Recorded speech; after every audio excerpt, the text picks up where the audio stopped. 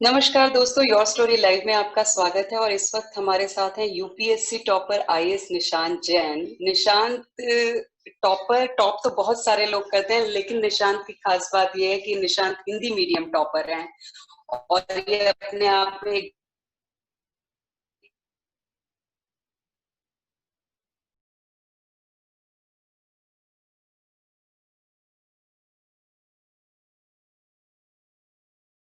बहुत बड़ी बात है। सुनने को नहीं मिला कि किसी ने सिविल सर्विस पर हिंदी की नाकामी नहीं बल्कि हिंदी की कामयाबी की कहानी सुनेंगे।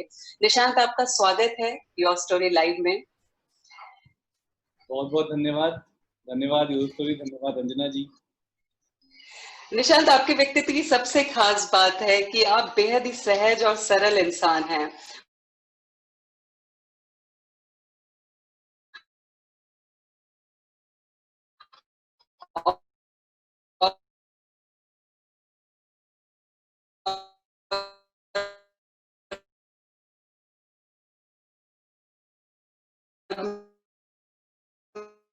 मैं आपका परिचय थोड़े शब्दों में तो दे लें हमारे। पुराने मोहल्ले में मेरा जन्म हुआ, वहीं पला बड़ा और वहीं हिंदी मीडियम से मेरी पूरी पढ़ाई हुई। और मैं शुरुआत करता हूँ, बचपन तो जो बीता उसके बाद 10th क्लास से मैं शुरुआत करता हूँ। तो 10th जब मैंने पास कर ली उसके बाद कुछ, रंजना आप समझते हैं कि छोटे शहरों की कुछ पृष्ठभूमि का भी असर होता है कि जो सोशल और इकोनॉमिक बैकग्राउंड होता है वो हर व्यक्ति का अलग अलग होता है। तो आर्थिक पृष्ठभूमि थोड़ी कमजोर थी, तो इसलिए मैं खुद को सपोर्ट करना चाहता था और उसके लिए मुझे किसी पार्ट टाइम जॉब की जरूरत थी। तो हम 2-3 दोस्त थे जो क्रिएटिव माइंडसेट के लोग थे, लाइक माइंडेड थे हम तीनों। तो हमने एक अखबार वगैरह को देखना, क्लासिफाइड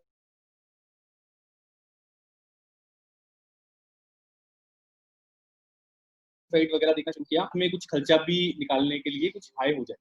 तो एक बार हमने एक ऐड देखा जिसमें एक पब्लिकेशन में प्रूफ रीडिंग के लिए बुलाया गया था लोगों को। हमें तब तक ये भी नहीं पता था कि ये प्रूफ रीडिंग होता क्या है। फिर पता चला कि जब कोई बुक छपती है तो उसका करेक्शंस, उसकी जो एडिटिंग होती है वो प्रूफ रीडर करते हैं। तो हम लोगों की लैंग्वेज पे पकड़ शुरू से अच्छी थी, हालांकि 10th ही पास किया था तब केवल। तो हम तीनों वहाँ पहुँच गए और उनको हमारा लैंग्वेज पे कमांड उनको अच्छी लगी, तो हमने काम शुरू कर दिया। तो वो जो काम था वो पहली पार्ट टाइम जॉब थी जिसमें पेज के हिसाब से पेमेंट हुआ करता था उस समय, कि एक पेज के इतने रुपए। निशांत, ये किस साल की बात है, किस ईयर की बात है? 2002 की बात है। 2002। 2002 जब मैंने 10th किया था तब की बात है। तो एक पेज के 1 रुपये या 1.5 रुपये इस तरह से पेमेंट हुआ करता था उस समय। बहुत पुराना 2002 की बात हो गई, तो उस समय महत्व होता था पैसे का इतना। तो ऐसे करके काम करने लगे, तो गर्मी की छुट्टियों में फुल टाइम करने लगे और रोजमर्रा में पार्ट टाइम। तो इस तरह से एक महीने तो ऐसा हुआ कि काफी काफी सारा काम किया। 1750 पेजेस पढ़े, तो 1750 रुपये की कमाई हुई एक महीने। तो वो बड़ा अच्छा लगा और काफी मतलब ये हुआ कि सरकारी कॉलेज में पढ़ते थे तो उसकी फीस तो खुद भर ही लेते थे आराम से। तो इस तरह से इस जर्नी की शुरुआत हुई। 10th के बाद मतलब 10th के बाद से आपने अपना खर्चा, अपनी फीस वगैरह खुद ही भरनी शुरू कर दी? हाँ बिल्कुल। तो उसके बाद फिर 12th किया। 12th के बाद एक और बात हुई। एक्चुअली मुझे हिंदी लिटरेचर में बहुत इंटरेस्ट था, हालांकि मुझे उस समय तक बचपना था, ये नहीं पता था कि जिस चीज में आपको इंटरेस्ट हो जरूरी नहीं उसमें ही आपको करियर मिले। करियर और शौक दो अलग अलग चीजें होती हैं। वो बहुत किस्मत वाले लोग होते हैं जिनको अपने शौक में ही करियर मिल जाता है। तो 12th के बाद मैंने सोचा कि मुझे हिंदी लिटरेचर से बीए ऑनर्स करना है डीयू से। पर अगेन वही समस्या सामने आई, रिसोर्सेस की कमी थी। दिल्ली जाने के लिए वो कॉन्फिडेंस और वो इकोनॉमिक चीजें पूरी नहीं हो पाई, तो फिर मुझे मेरठ में ही रहना पड़ा। हालांकि मेरठ से दिल्ली केवल 65 किलोमीटर दूर है। जी। तो मेरठ में ही रहा और मेरठ में मेरठ कॉलेज, मेरठ एक बहुत पुराना कॉलेज है, वहाँ पे मैंने एडमिशन ले लिया बीए में। और बीए के दौरान बहुत सारी एक्टिविटीज जैसे एसे राइटिंग, डिबेट, कविता पाठ, इन सब चीज़ों में बहुत पार्टिसिपेट किया और मेरठ कॉलेज को अच्छे कारणों से खबरों में हम लाए। मतलब अच्छे कारणों से न्यूज में रहा मेरठ कॉलेज। हमारे प्रिंसिपल साहब भी बिल्कुल इस बात से बड़े खुश रहा करते थे कि वैसे तो कॉलेज में स्टूडेंट यूनियन और थोड़ी सी बदमाशी गुंडागर्दी की खबरें ज्यादा आती थी, पर हम दो साथी थे जिनकी वजह से पॉजिटिव खबरें आती थी, मेरठ कॉलेज ने ये अवार्ड जीता, वो अवार्ड जीता। खैर एनीवे, तो मेरठ कॉलेज से ग्रेजुएशन किया। उसके बाद फिर क्या हुआ कि अब सोचा गया कि कोई जॉब चाहिए, कोई ऐसी जॉब जो स्टेबिलिटी दे सके और एक आप पैरों पे खड़े कर सके खुद को। तो उसके लिए आपको पता है कि नॉर्थ इंडिया में तो खासतौर पे ज़्यादा क्रेज है कि सरकारी नौकरी की तैयारी करते हैं बच्चे बहुत सारे। जैसे आप किसी भी शहर में जाएंगे, कानपुर, बनारस, लखनऊ, इलाहाबाद, मेरठ, बरेली, आगरा, पटना, रांची, तो सब जगह देखेंगे बड़े बड़े बोर्ड लगे रहेंगे, कोचिंग क्लासेस और ये वो, एसएससी, बैंक, रेलवे, यूपीएससी, इस तरह के। तो मैं भी उन कंपटीशन में हिस्सा लेने लगा और आई वाज लकी कि मुझे जल्दी से एक नौकरी मिल गई।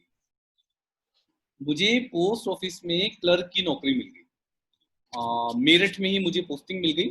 तो मैंने फटाफट उसको ज्वाइन कर लिया कि चलो एक तो प्लेटफॉर्म मिला और पैरों पे खड़े हो गए, अपने घर वालों की चिंता भी खत्म। वो नौकरी शुरू की, पूरी शिद्दत के साथ नौकरी करने लगा। पर नौकरी करते करते धीरे धीरे रियलाइज हुआ कि पढ़ाई हो नहीं पा रही है और पूरा समय सिर्फ और सिर्फ नौकरी में जा रहा है। इसी बीच एक भैया मिले जो एक सीनियर थे मेरे, उन्होंने मुझे एक बड़ा अच्छा उदाहरण दिया। रंजना, उन्होंने मुझे कहा कि एक बल्ब है जिस कमरे में आप बैठे हो या मैं बैठा हूँ, अगर जो बल्ब हमने ऊपर लटकाया है, अगर उस बल्ब को नीचे अपने सिर के पास यहाँ पे लटका ले तो वो केवल इस छोटे से एरिया में ही रोशनी देगा, लेकिन उसी बल्ब को अगर कमरे के कोने में या छत पर लगा दें तो वो पूरे कमरे में रोशनी देगा। बहुत इसका सुंदर मतलब बात। ये हुआ इसका मतलब ये हुआ कि आपको, अगर आप में काबिलियत है, आपके अंदर योग्यता है, तो आपको बड़ी चीज के लिए भी प्रयास करना चाहिए। क्योंकि अगर आप नहीं करोगे तो, मतलब आप ही अगर हिम्मत हार जाओगे जिसमें काबिलियत है, तो कौन करेगा। तो ये बात मुझे जच गई और फिर मैंने एक बड़ा डिसीजन लिया जो बहुत रिस्की था, और मैं किसी को सलाह देता भी नहीं हूँ कि नौकरी छोड़ी जाए, कभी भी नौकरी नहीं छोड़नी चाहिए, पर मैंने छोड़ दी। और मैंने नौकरी छोड़ के अपनी पढ़ाई दोबारा से शुरू की। मैंने बीए ही किया हुआ था, फिर मैंने एमए किया। एमए मैंने हिंदी लिटरेचर में किया, जो मेरा सपना था। और उसके बाद चूंकि एक अपना खुद का जो एक ड्रीम होता है, वो जिस चीज को आप हमेशा से पढ़ना चाहते थे उसी में आ गए। तो फिर बस एमए के बाद तुरंत नेट जेआरएफ क्लियर हो गया, और नेट जेआरएफ क्लियर होने के बाद डीयू का एमफिल एंट्रेंस दिया, वो सिलेक्शन हो गया, उसमें फटाफट दिल्ली पहुंच गया।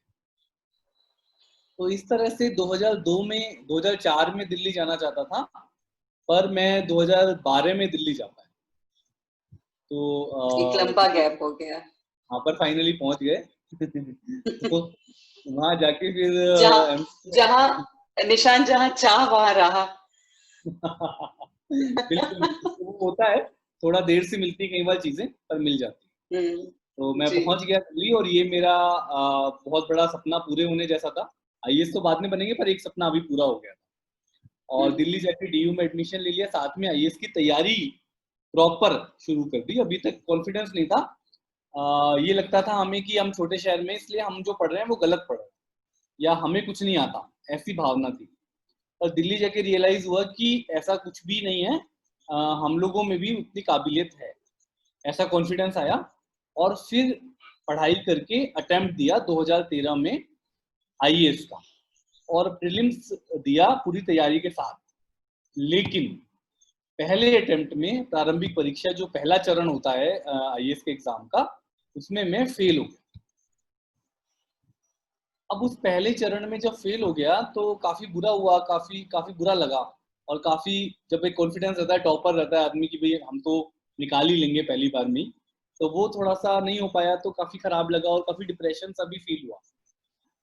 पर फिर फैमिली और फ्रेंड्स की मदद से मैंने उसको ओवरकम किया, और एमफिल मेरी चल रही थी तो उसको मैंने सबमिट किया। और सबमिट करके फिर एक और बात हुई, एक और फिर टर्निंग पॉइंट आया कि अगेन वही जो एग्जाम का फॉर्म भरने की आदत थी, तो मैंने एक फॉर्म भरा हुआ था पार्लियामेंट में ट्रांसलेटर का, और हिंदी इंग्लिश दोनों पे कमांड थी मेरी। तो ट्रांसलेटर का मैंने एग्जाम दिया, उसमें मेरा सिलेक्शन हो गया। अरे वाह। तो आईएएस का प्री फेल हुआ, लेकिन इधर एक झटका लगा पर इधर एक सहारा मिला। तो फिर हम्म। खटाखट उस जॉब को ज्वाइन कर लिया, और वो काफी अच्छी नौकरी थी, काफी कुछ सीखने को मिला, काफी एक्सपोजर था। वहां पे रह के कॉन्फिडेंस आया, दोबारा से रीबिल्ड हुआ कॉन्फिडेंस, और फाइनेंशियल चिंता खत्म हो गई पूरी तरह। तो फिर मैंने दोबारा से एग्जाम दिया 2014 में, और उसके बाद तो प्रीलिम्स भी क्लियर हो गया, मेंस भी क्लियर हो गया, इंटरव्यू भी क्लियर हो गया, और 2015 में अभी 4 जुलाई को रिजल्ट आया था मेरा। 2015 में अभी 4 जुलाई को 5 साल हो रहे हैं।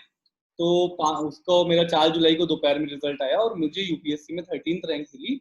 और पता चला कि हिंदी मीडियम से मैं था, और हिंदी मीडियम में इतनी ऊंची रैंक इतने अब सालों तक में किसी को नहीं मिली। नहीं, कभी तो आई थी, पर बहुत सालों से नए पैटर्न में किसी की नहीं है। जी। तो ये हुआ। तो कैसा लगा आपको, बताया किसने था सबसे पहले जब आपने टॉप किया तो? मेरे एक फ्रेंड था, करीब उस बार ऐसा हुआ था कि एक दिन पहले यूपीएससी ने वेबसाइट पे डाल दिया था कि कल रिजल्ट डिक्लेयर किया जाएगा। जनरली ऐसा करते जी। नहीं। तो हम लोग पूरे दिन बेकरार बैठे हुए थे, और मैं घर पहुंच गया था ताकि घर पे रह के रिजल्ट देखूं। तो करीब 1 सवा बजे मेरे एक फ्रेंड का फोन आया दिल्ली से, निशांत अपना रोल नंबर बताओ। मैंने बता दिया। तो उसने कहा बधाई हो, 13वीं रैंक आई है। अरे वाह। अब आप सोचिए उसने रोल नंबर क्यों पूछा था, क्योंकि रिजल्ट में तो नाम भी लिखा होता है, और उसने सोचा हम्म। कहीं नाम देन कोई और तो नहीं है। तो एक बार हम्म। कंफर्म किए, उसने रोल नंबर पूछा, और फिर तो एकदम शोर शॉर्ट हो गया। और उसके बाद जो भयंकर स्थिति हुई, उसके बाद तो नेशनल न्यूज चैनल वाले सब लोग घर पर, उनका जो लोकल लोग रहते हैं वो सब आ गए, मीडिया वाले, और इतने फोन इतने फोन इतने फोन आए। और मैंने फिर शाम को ये कहा भैया से कि मुझे एक बार खुद यूपीएससी की वेबसाइट पे अपना रिजल्ट देखना है, जो पीडीएफ, क्योंकि भरोसा नहीं हो रहा था। सुबह से मैं इंटरव्यू दे रहा हूँ मीडिया को, लेकिन मुझे एक बार खुद अपना नाम देखना है। तब जाकर के यूपीएससी की वेबसाइट खोली और अपना नाम देखा, 13 रैंक। बहुत सुंदर निशांत, मुझे काफी मजा आया सुनने में ये।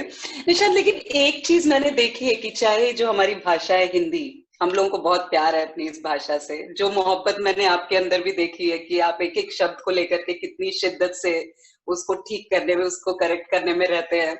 तो लेकिन इतनी संपन्न भाषा है, सब कुछ इतना अच्छा है, पर फिर भी मैंने लोगों के, अधिकतर हिंदी वाले ही जो लोग हैं, जो अलग अलग शहरों, चाहे मुंबई हो, बैंगलोर हो, पुणे, मेट्रो सिटीज में जो चले गए हैं, एक अंग्रेजी माहौल जिनको मिल गया है, उन लोगों के अंदर एक अलग तरह की कुंठा देखने को मिलती है अपनी भाषा को लेकर के।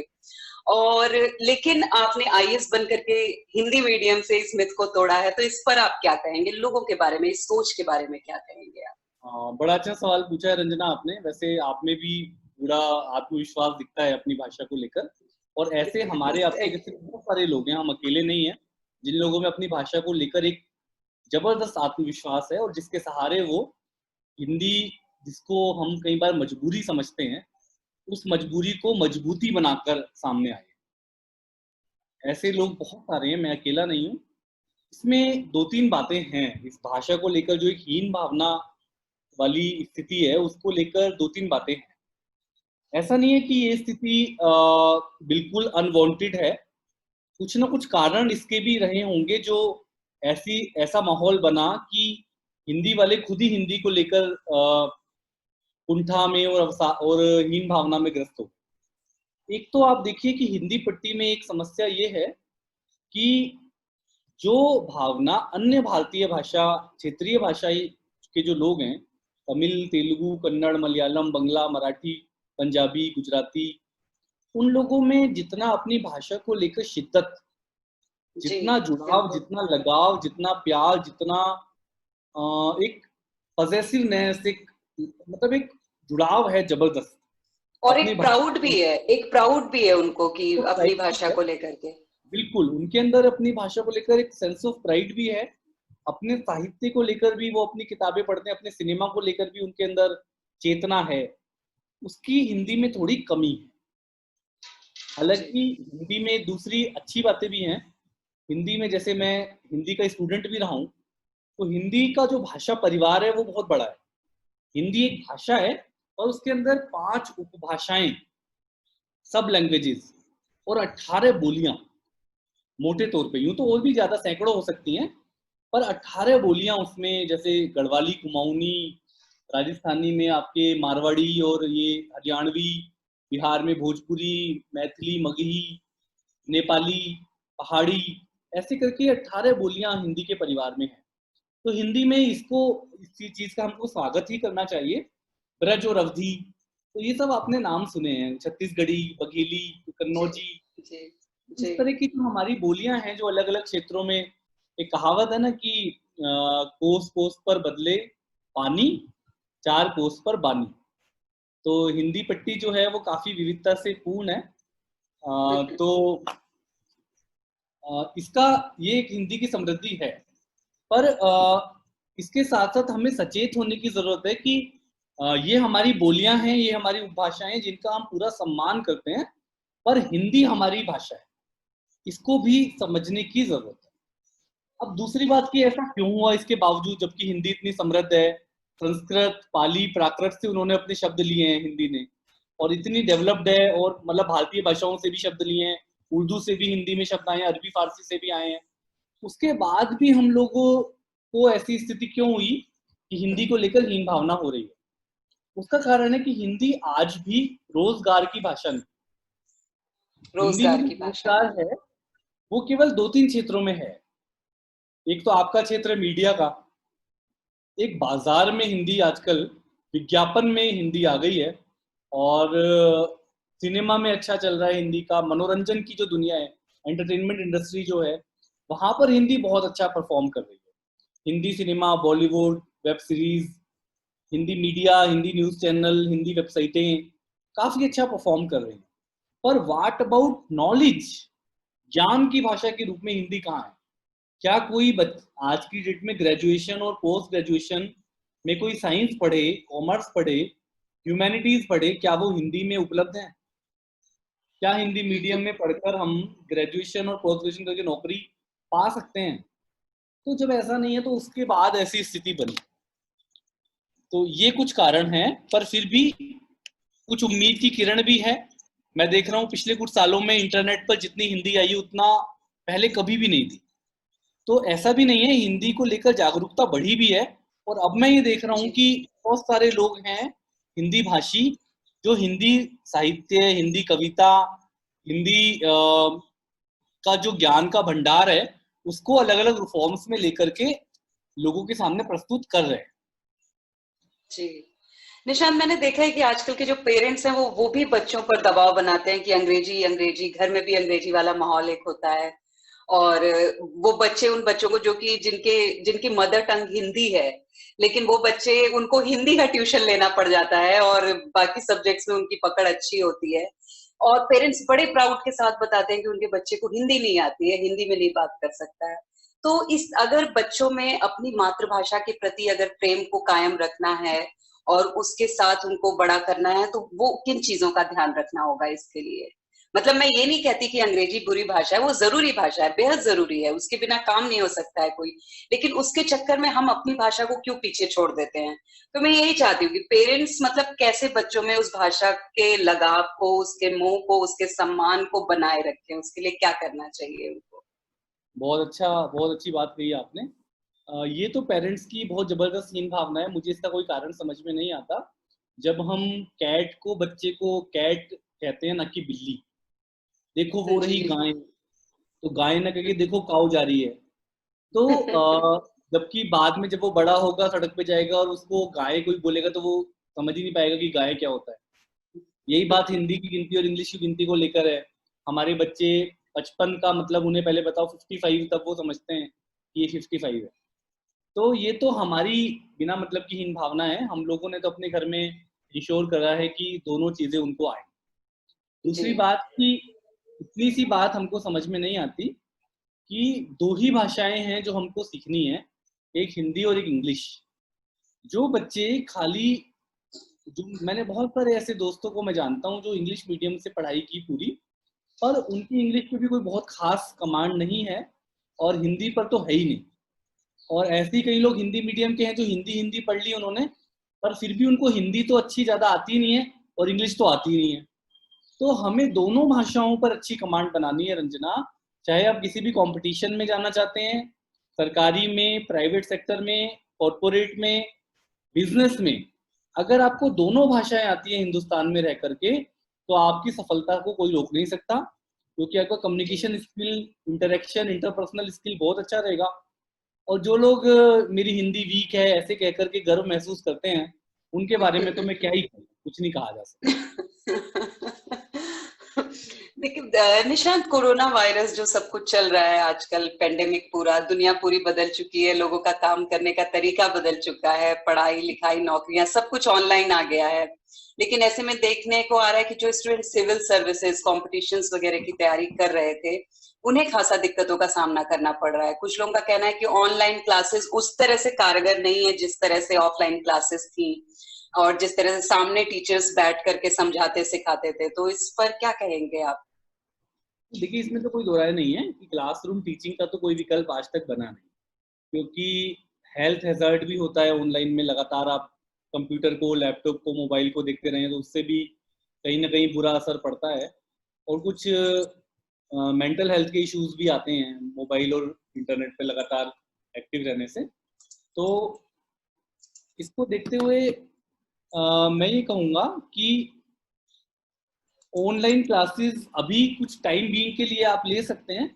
और कुछ चीज़ें ऐसी होती हैं जैसे जो वेबिनार है, जैसे किसी टॉपिक पर इंटरेक्शन है, डिस्कशन है, तो वो ज़रूर ऑनलाइन उसका लाभ उठाया जा सकता है। पर हम यही उम्मीद कर सकते हैं कि पेंडेमिक का जो असर है वो धीरे धीरे कम होगा, और वो क्लासरूम टीचिंग, वो खेल कूद, वो एक्स्ट्रा करिकुलर एक्टिविटीज, वो चीज़ें फिर से बहाल होंगी, तभी जाकर एक ऑलराउंड डेवलपमेंट बच्चे का हो पाएगा। क्योंकि खाली ऑनलाइन आंखें गड़ाए रहकर और पढ़ने से तो निश्चित रूप से कोई बहुत ज़्यादा सुधार और बहुत ज़्यादा सीखने वाला नहीं है। जी।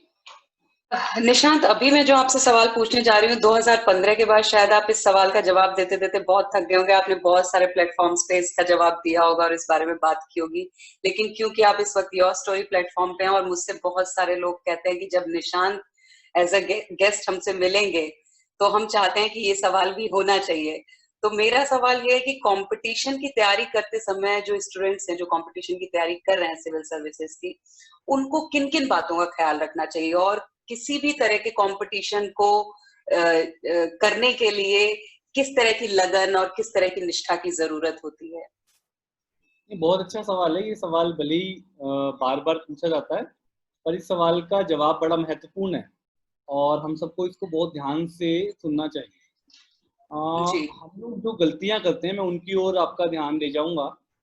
वो गलतियां जो जी। हमें नहीं करनी चाहिए, जैसे कि एक तो कोई भी कंपटीशन हो, क्योंकि गला काट प्रतिस्पर्धा का दौर है, पॉपुलेशन बहुत ज़्यादा है, नौकरियां कम हैं, तो ऐसे में कोई भी कंपटीशन हो वो बहुत टफ हो जाता है।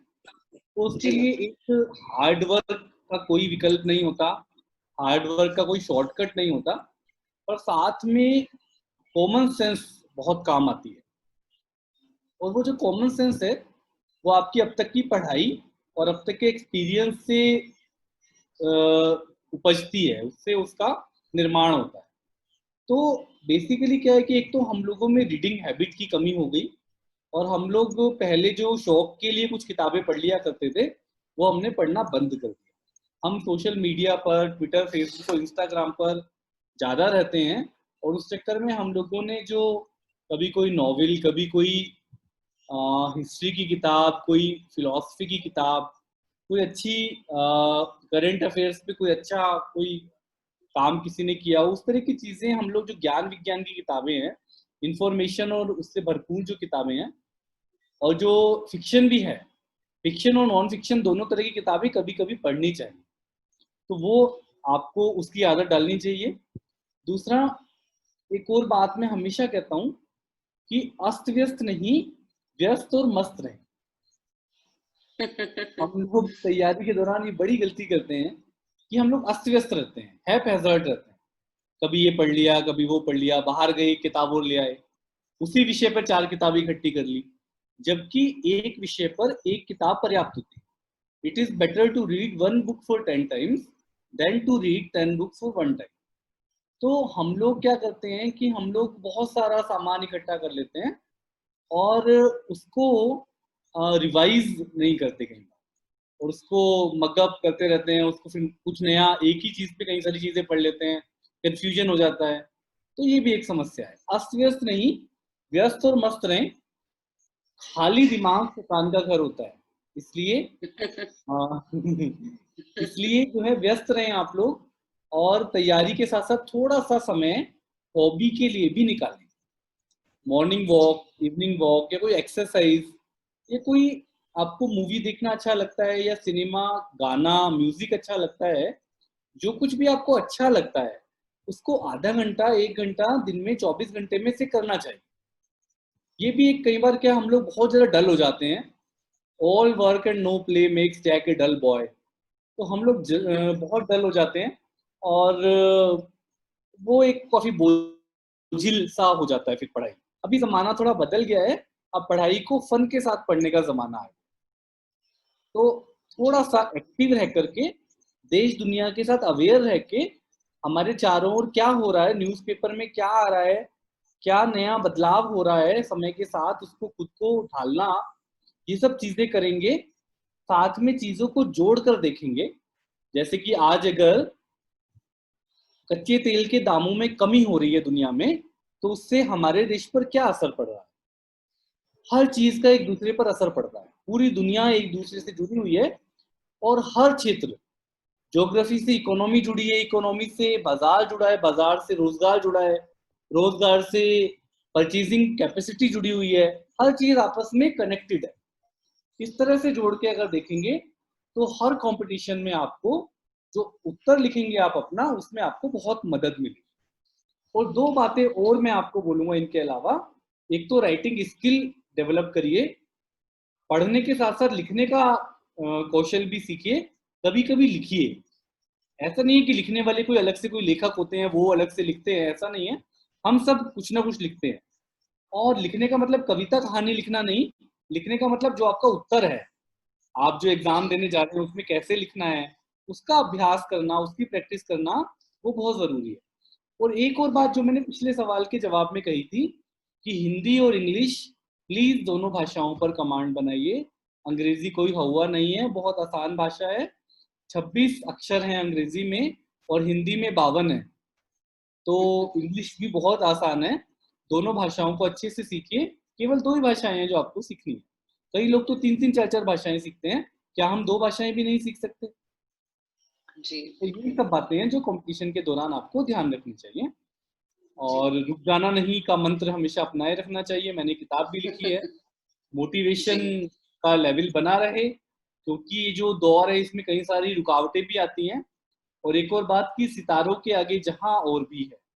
अगर कहीं आप असफल हो जाते हैं किसी मोड़ पर, पिछले दिनों आप सबने जो एक घटना देखी बॉलीवुड में, सुशांत का जो जी। हमारे बीच से जाना हुआ, उसके बाद जो हम लोगों ने इतना खराब महसूस किया। क्या हमारे आसपास कोई सुशांत है?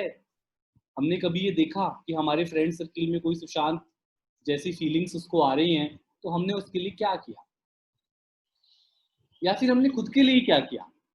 अगर आपको लग रहा है कि आप परेशान रहते हो, आपको एंजाइटी रहती है, आपको डिप्रेशन जैसी फीलिंग्स आती हैं, आपको खराब विचार आते हैं, तो उसके लिए आपको जरूर कोई ना कोई इंटरवेंशन की जरूरत है, किसी न किसी मदद की जरूरत है। तो इसलिए जी। मैं कहता हूँ कि प्लान बी बनाकर चलिए दोस्तों। अगर किसी कंपटीशन में आपका सिलेक्शन नहीं होता है, अगर आपको चांद नहीं मिलता, तो कोई सितारा मिलेगा। तो इसलिए इतना भी बहुत हिम्मत सुंदर मत बात। हारिए। चांद नहीं मिलेगा, सितारा मिलेगा। तो आप सितारे के लिए प्लान बनाकर रखिए। प्लान बी बोलते हैं उसको, जब प्लेन प्लान ए सक्सेसफुल नहीं होता है तो प्लान बी काम आता है। जी।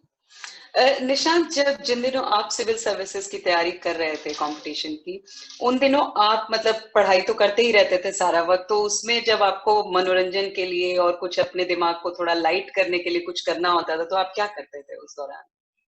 देखिए, वही सब जो चीज सब लोग करते हैं। वॉकिंग करना मुझे अच्छा लगता है। स्पोर्ट्स में ज़्यादा एंथुजियास्ट में कभी रहा नहीं, तो इवनिंग वॉक या मॉर्निंग वॉक में कर लेता हूँ। इसके अलावा मुझे सिनेमा, म्यूजिक इन सब का बहुत ज़्यादा शौक है।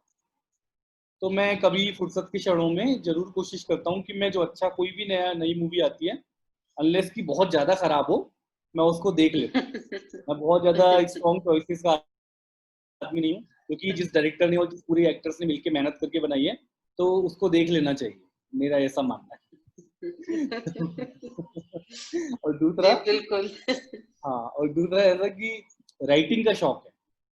तो राइटिंग का शौक है, उसका नतीजा 4-5 किताबें मैं लिख भी चुका हूँ। आर्टिकल्स जी वगैरह शुरू से 8 से नहीं, कम से कम हाई स्कूल 10th के टाइम से मैं आर्टिकल्स लिखता आ रहा हूँ और कविताएं लिखता आ रहा हूँ, जो उस समय भी न्यूज़पेपर्स में और अच्छी अच्छी पत्रिकाओं में छपी हैं, जो अभी भी मेरे पास रखी हैं। तो लिखने का जी। शौक है, वो मुझे बहुत सुकून देता है, बहुत खुशी देता है, और एक सेंस ऑफ कंट्रीब्यूशन भी मुझे मिलता है, सेंस ऑफ सेटिस्फेक्शन भी मुझे मिलता निशान, जैसे लोग लिखित पेपर जो होता है, रिटन पेपर जो होता है, उसको निकाल लेते हैं, लेकिन इंटरव्यू में रह जाते हैं। क्या ऐसा क्या हो जाता है कि इंटरव्यू में रह जाते हैं? है। हाँ, कुछ देखिए तो इसमें कहीं तो कमी आपको, रह जाती होगी। बिल्कुल बिल्कुल, आप कई लोग इंटरव्यू को लेकर बहुत सवाल होते हैं लोगों के, पर मैं जनरली उनको ये बोलता हूँ कि पहले प्री क्लियर करना है, फिर मेंस क्लियर करना है, उसके बाद इंटरव्यू आएगा। तो इंटरव्यू की तैयारी तभी करेंगे जब मेंस दे चुके होंगे। पर फिर भी आपने जो सवाल पूछा है कि प्री भी क्लियर हो जाता है, मेंस भी क्लियर हो जाता है, इंटरव्यू में रह जी। जाते हैं, तो दरअसल ऐसा नहीं है कि जो फाइनल सिलेक्शन है वो इंटरव्यू पर ही डिपेंड करता है, ऐसा नहीं होता है। यूपीएससी में अगर आप देखें तो 1750 नंबर का मेंस होता है और 275 नंबर का इंटरव्यू होता है। तो आप खुद ही अंदाजा लगा सकते हैं कि लगभग 80-20 का रेशियो रहता है कि आपकी सफलता मोस्टली इस बात पर निर्भर करती है कि आपने जो लिखित परीक्षा है, रिटन एग्जाम है, मेंस है, उसमें कितना स्कोर किया। आपको जानकर आश्चर्य होगा कि मैंने लिखित परीक्षा में 3rd रैंक थी मेरी पूरे देश में। मेरे तीसरे सर्वाधिक अंक आए थे, और इंटरव्यू में मेरे एवरेज मार्क्स आए थे, तो दोनों को मिलाकर मेरी 13th रैंक आई। तो इस बात को समझने की जरूरत है कि इंटरव्यू में फेल होने का मतलब ये नहीं है कि आप इंटरव्यू में फेल हो गए। हो सकता है इंटरव्यू में आपको अच्छे अंक मिले हों, पर आपकी लिखित परीक्षा में अच्छे अंक ना रहे हों, इसलिए आपका सिलेक्शन नहीं। तो बेसिकली मेन जो है वो मेंस ही है।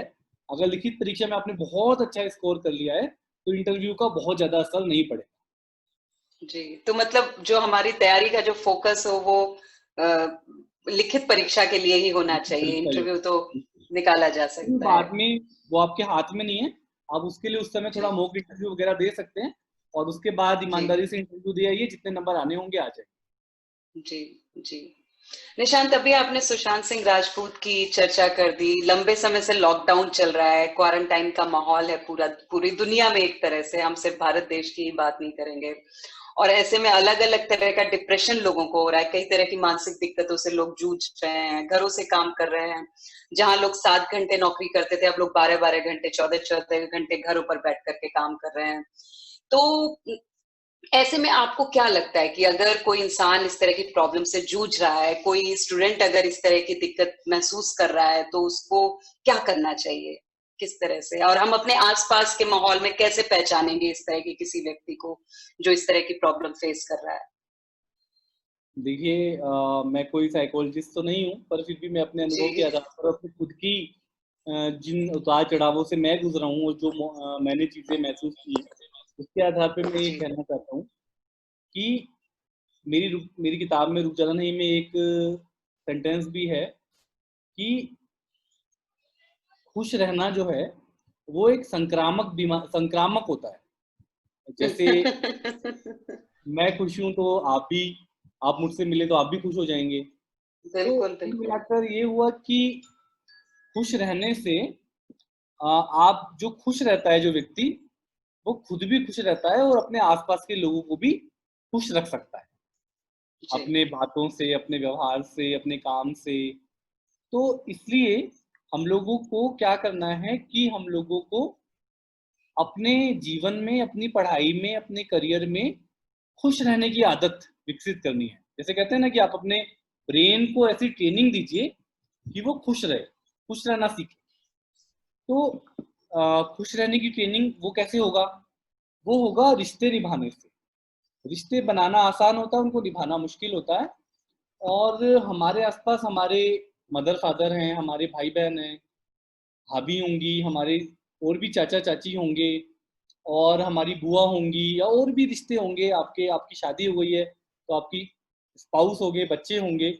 तो इन सब रिश्तों को निभाइए, क्योंकि एंड ऑफ द डे ये परिवार ही है जो आपके साथ हर मोड़ पर खड़ा होता है। नंबर 1। जी।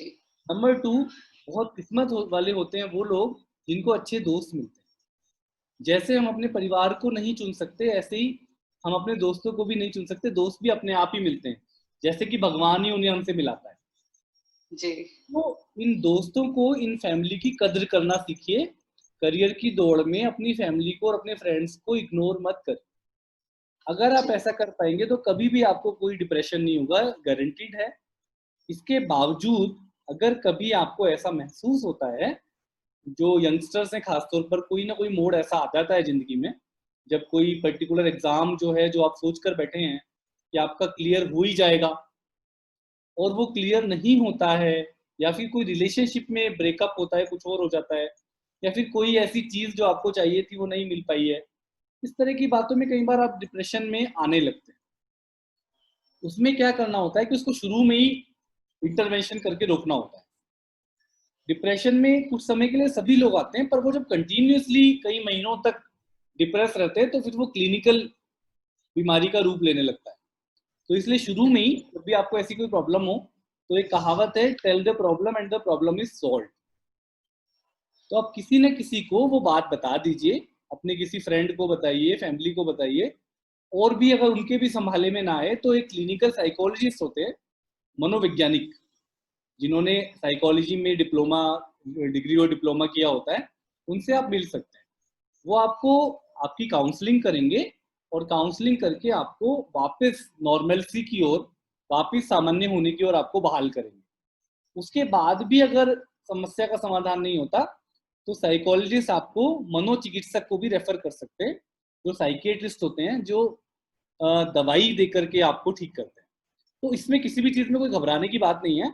अगर साइकोलॉजिस्ट के पास जाना पड़ता है, साइकियाट्रिस्ट के पास जाना पड़ता है, इसका मतलब ये बिल्कुल नहीं है कि आप पागल हैं। इसका बिल्कुल, मतलब ये बिल्कुल। बिल्कुल नहीं है कि आप बीमार, आपको या आपको कोई ऐसी चीज हो गई है जो किसी और को हुई नहीं है, या फिर आप, जैसे बाकी बीमारियां होती है ऐसे ही भी एक बीमारी होती है। आप दीपिका हम्म। पादुकोण को लगातार देखते हैं, उन्होंने खुद रिवील किया कि वो डिप्रेशन में रही बहुत समय तक। उन्होंने डॉक्टर से दवाई लेकर के दवाई खाई, दिमाग के में जो भी उनको डिसऑर्डर था। तो ये कोई बहुत कॉमन चीज है।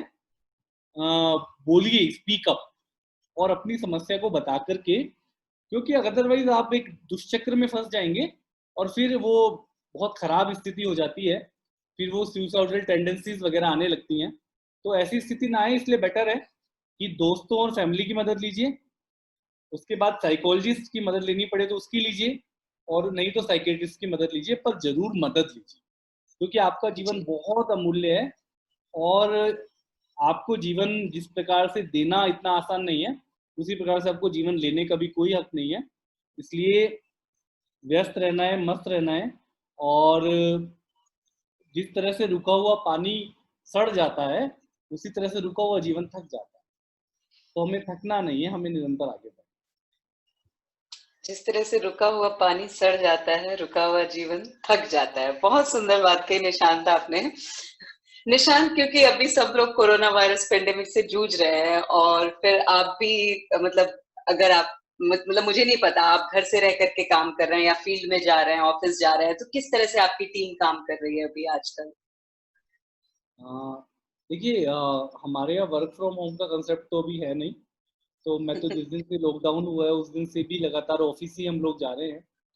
और जो सिविल सर्विसेज हैं, आईएएस, आईपीएस, ये जो सिविल सेवाएं हैं जो फील्ड में अपना काम कर रही हैं, वो जब से ये वायरस आया है, जब से पेंडेमिक आया है, तब से वो लगातार फील्ड में रह करके, कई लोग तो उस चक्कर में पॉजिटिव भी हो गए। तो बहुत जी। अच्छा काम हमारे जो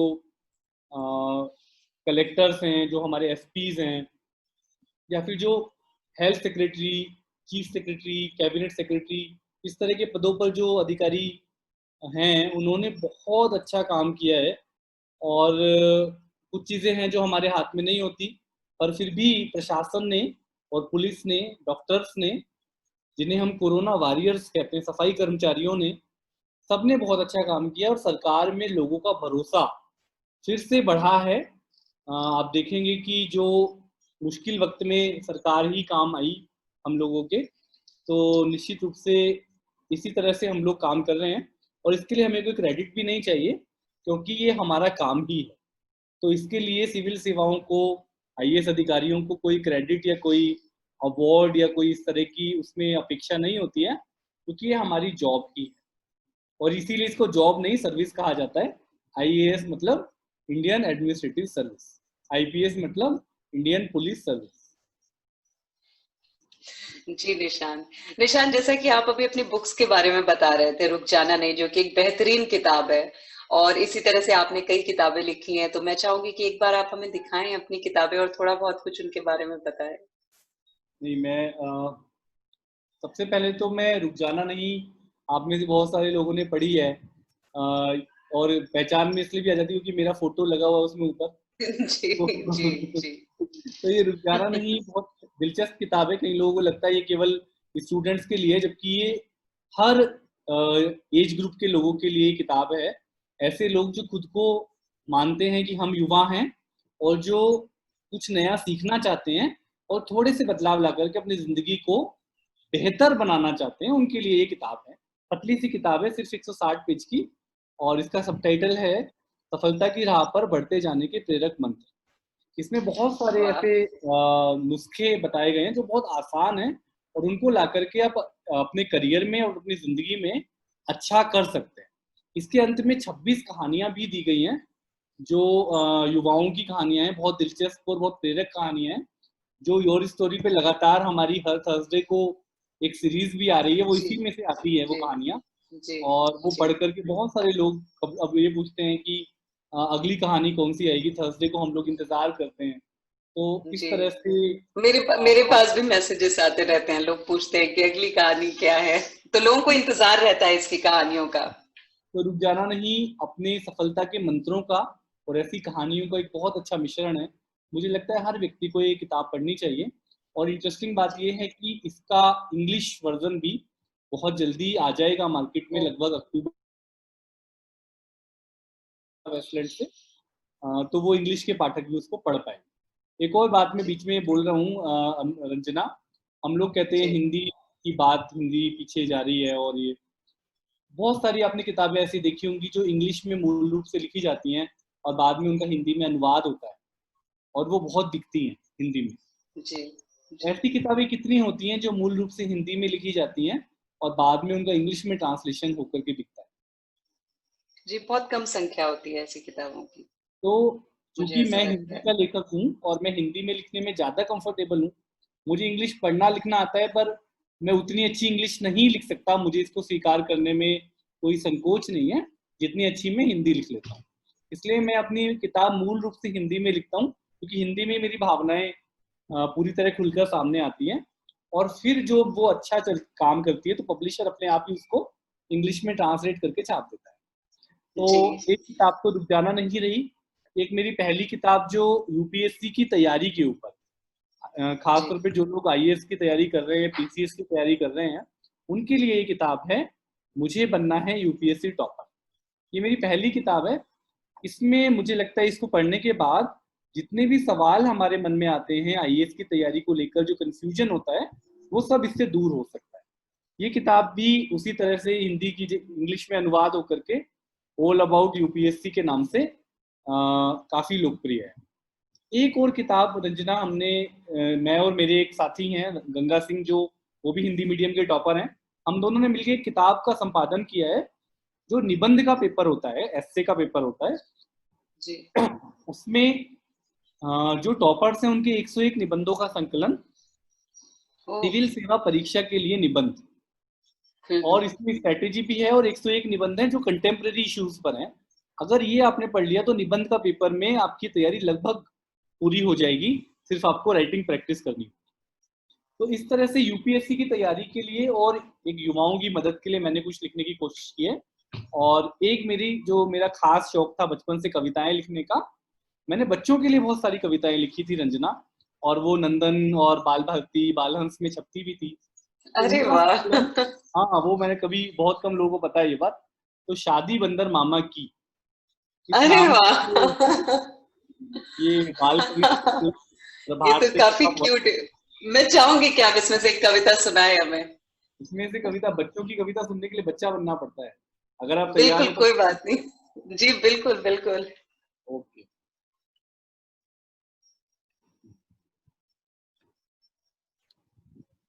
जी, तो एक कविता आप सुनिए।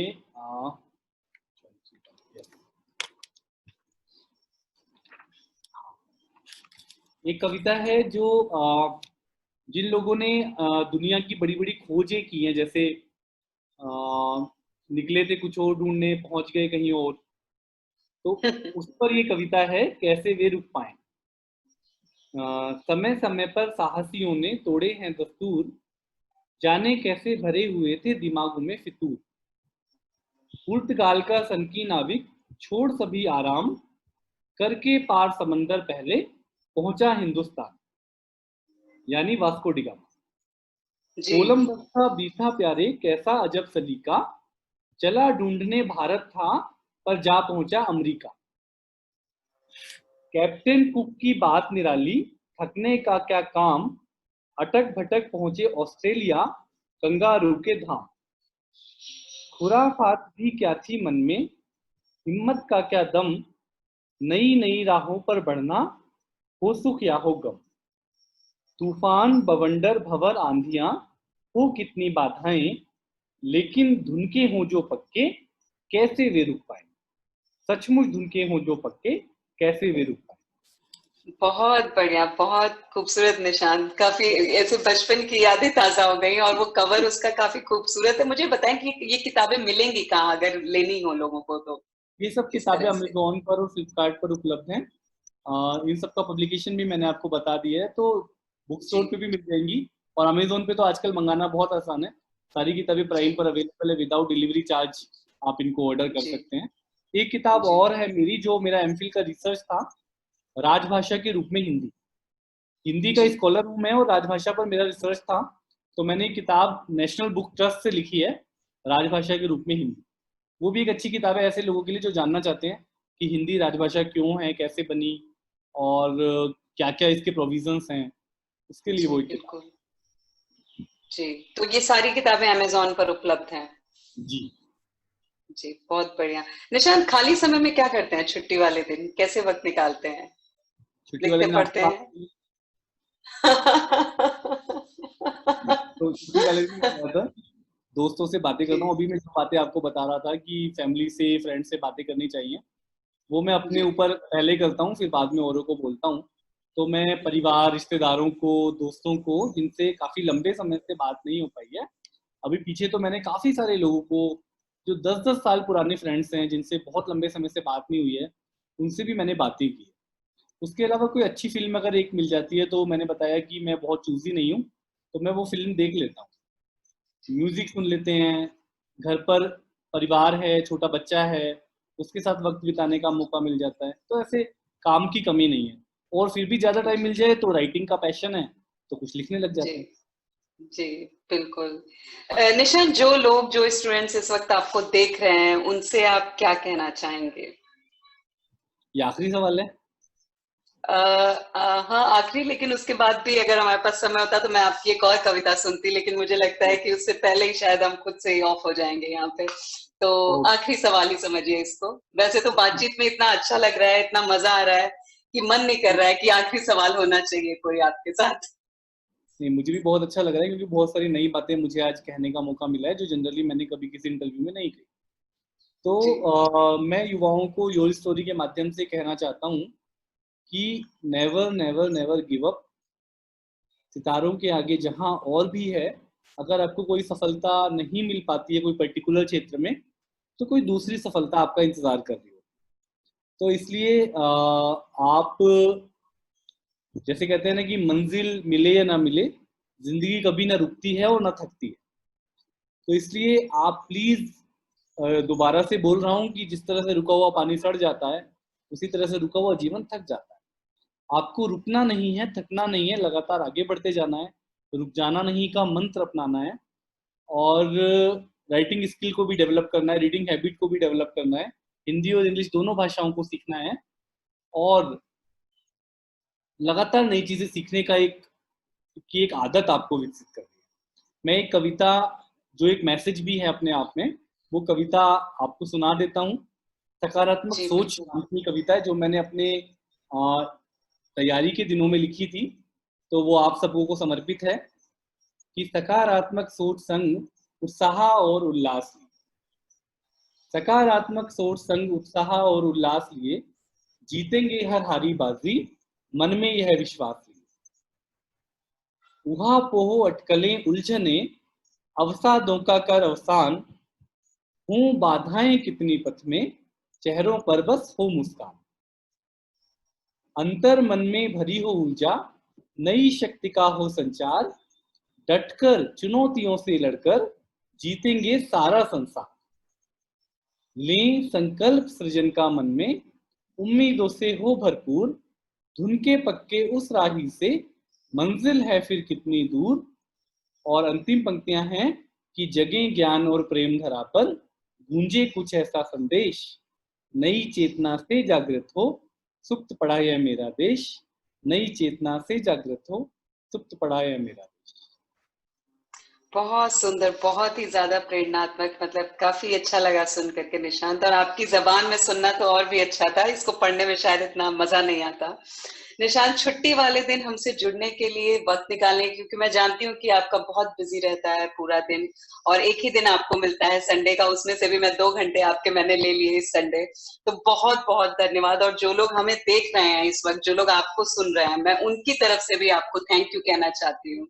शुक्रिया निशांत हमसे जुड़ने के लिए। आपने शानदार प्लेटफॉर्म दिया और सब लोगों से बातें करने का मौका दिया और मुझे इतनी देर तक ध्यान से सुना, इसके लिए मैं आपका बहुत बहुत आभारी हूँ। धन्यवाद। धन्यवाद निशांत।